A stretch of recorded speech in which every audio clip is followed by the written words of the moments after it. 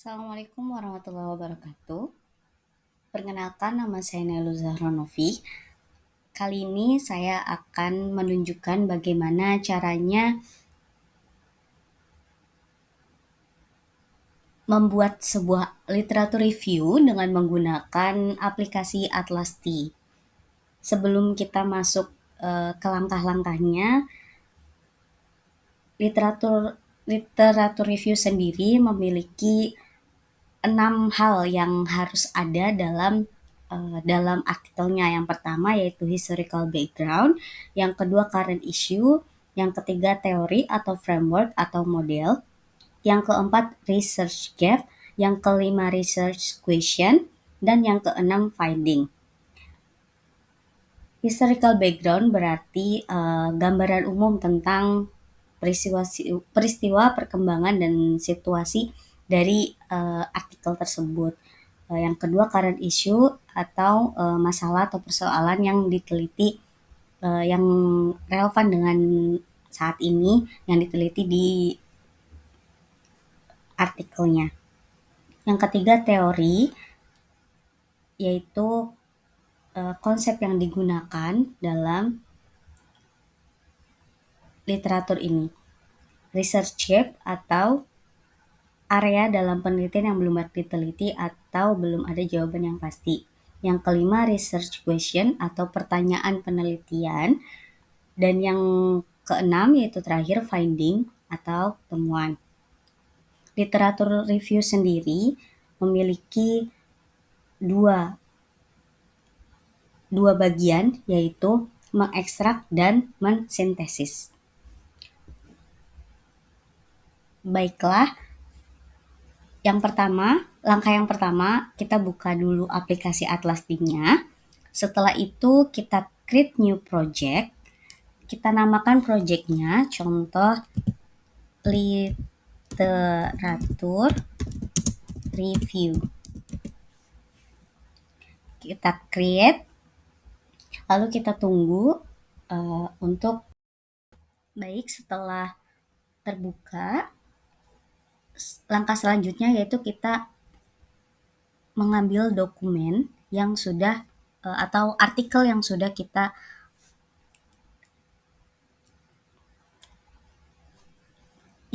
persiapkan. Di sini kita klik add document, lalu kita klik add files. Setelah itu kita cari file yang akan kita review. Saya simpan di sini. Nah, di sini ada 6 literatur yang akan saya review. Bisa satu-satu atau langsung semua dengan cara kita blok semua, lalu open.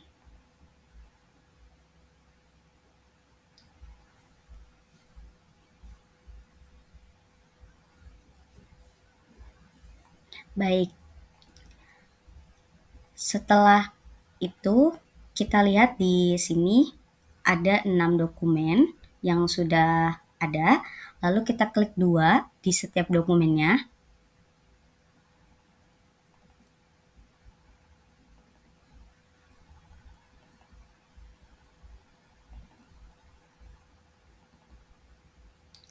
Nah, kita mulai dari dokumen yang pertama, dari analisis makna konotatif dan perubahan makna dalam berita utama surat kabar pikiran rakyat periode bulan Oktober 2013 sampai dengan bulan Januari 2014 oleh Iva Hanifah.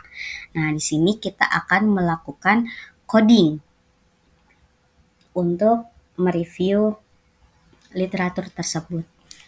Yang pertama, dari 6 hal yang sudah saya sebutkan tadi, mari kita lihat di sini ada rumusan masalah.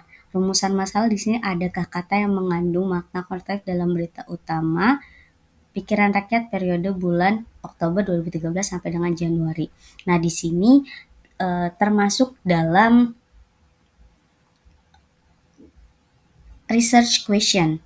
Maka kita blok sampai dengan sini, lalu kita klik kanan, lalu kita open coding. Nah, di sini kita tulis research question. Lalu kita create. Nah, di sini sudah ada kodenya research question. Nah, di sini sudah ada. Selanjutnya, apakah di sini ada lagi untuk pertanyaan penelitian? Di sini ada yang kedua. Kita blok lagi. Lalu kita klik. Kita ambil karena tadi research question sudah ada, maka kita ambil list coding. Kita ambil list coding, kita checklist, lalu oke. Nah, di sini juga masih ada ya, teman-teman, masih ada research question, maka kita list coding lagi. Setelah itu kita oke. Nah, selanjutnya di sini ada metode penelitian yang peneliti gunakan adalah metode deskriptif kualitatif. Nah, di sini bisa kita masukkan ke dalam teori ya, teman-teman, yang ketiga. Kita blok sampai sini. Kita klik, kita open coding. Lalu di sini ada teori, paperwork, dan model. Kita create atau kita enter. Nah, sini sudah masuk dan di sini juga ada data ya, teman-teman. Data bisa kita masukkan ke nomor 3 ya, yang teori paperwork. Sini sebanyak 102 kabar.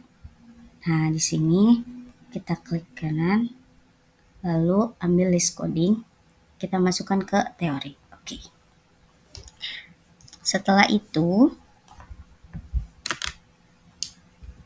di sini ada seluruh berita utama dari sampel yang diambil mengandung makna konotatif. Di sini bisa kita masukkan ke finding ya, karena ini hasil dari penelitian yang sudah dilakukan oleh sang peneliti. Nah, di sini kita blok sampai dengan sini, lalu kita klikkan. Oke. Kita blok. Kita open coding. Ini itu finding atau temuan. Lalu kita create. Nah, setelah itu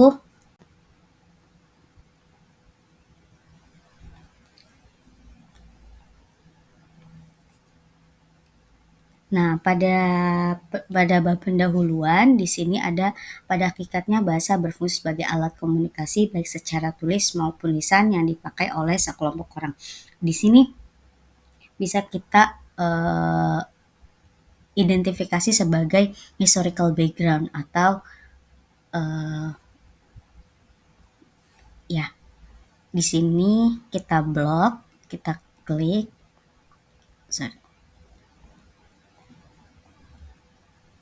Kita blok. Open coding. Sini kita tulis historical background. Kita create.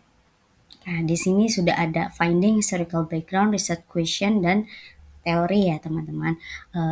Sisa 2 yang belum kita temukan. Nah, di sini ada media informasi kini semakin banyak, mulai dari media cetak, media elektronik, dan internet. Nah, di sini bisa kita identifikasi sebagai current issue.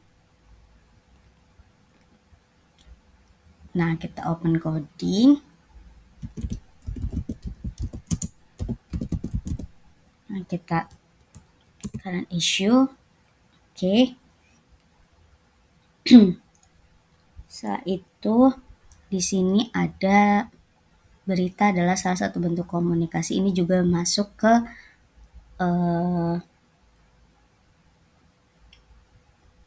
ke dalam circle background.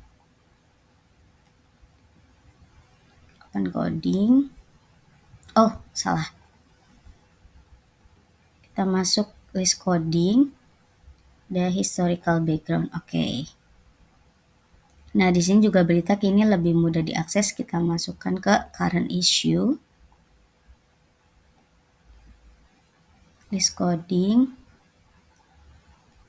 current issue. Oke. Nah, di sini ada surat kabar memuat informasi berita secara tertulis. Komunikasi dalam bentuk tulis akan tersampaikan dengan baik kepada pembaca jika komunikator bisa menggunakan bahasa yang baik, efektif, dan komunikatif, termasuk dalam penggunaan makna konotatif pada kata-kata atau kalimat tertentu supaya pembaca dapat menerima dan memahami makna yang disampaikan. Nah, di sini bisa kita identifikasi sebagai research gap. Nah, sini kita open coding.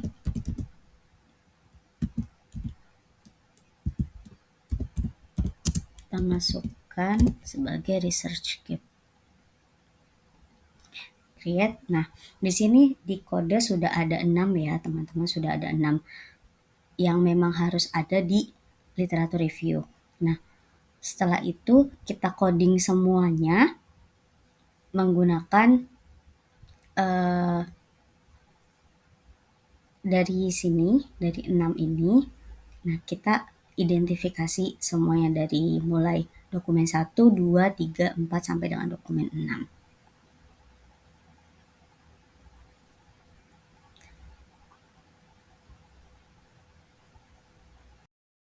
Baik, setelah ini kita analisis semuanya.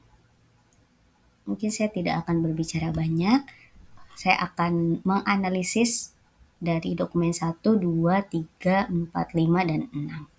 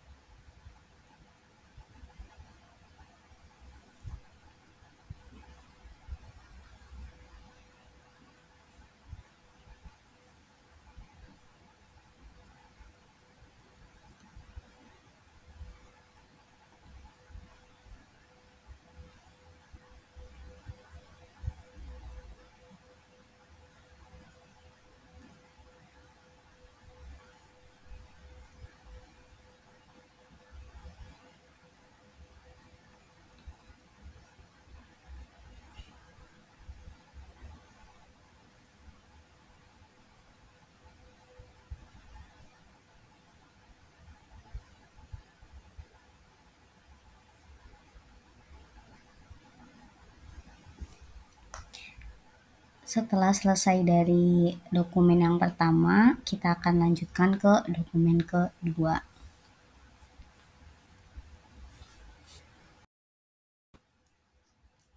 Baik, kita lanjutkan ke dokumen yang kedua.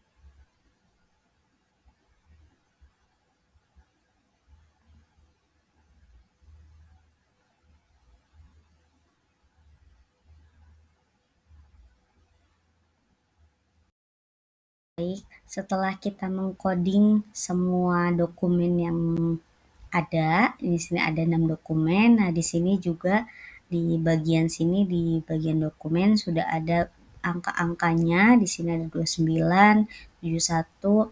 Nah, di sini itu angka-angka kode yang telah kita coding. Nah, setelah melakukan pengkodingan atau pengekstrakan dalam literatur review ini, sekarang kita memasuki tahap sintesis.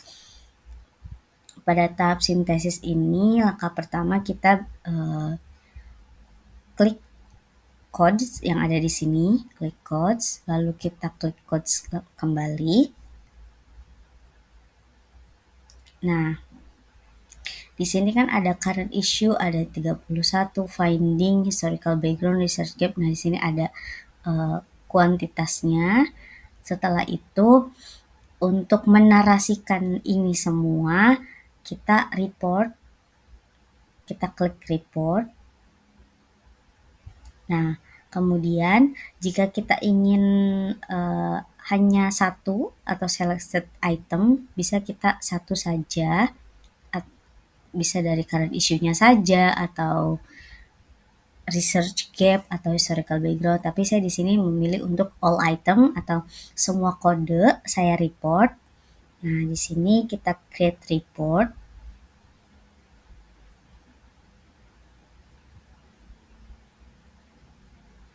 Nah, di sini sudah ada reportnya. Di sini ada semua dari mulai historical background, current issue, research gap, research question, teori. Di sini sudah ada semua. Tinggal langkah terakhir kita save. Nah, untuk memudahkan, di sini ada PDF dan dokumen, tapi agar memudahkan pengeditan kita memakai dokumen dan kita menamai projectnya atau filenya literatur review report. Nah, di sini kita sudah namakan, di sini di Atlasti di reports. Kita save. Nah, setelah itu selesai. Kita sudah melakukan literatur review menggunakan Atlasti. Terima kasih sudah mendengarkan.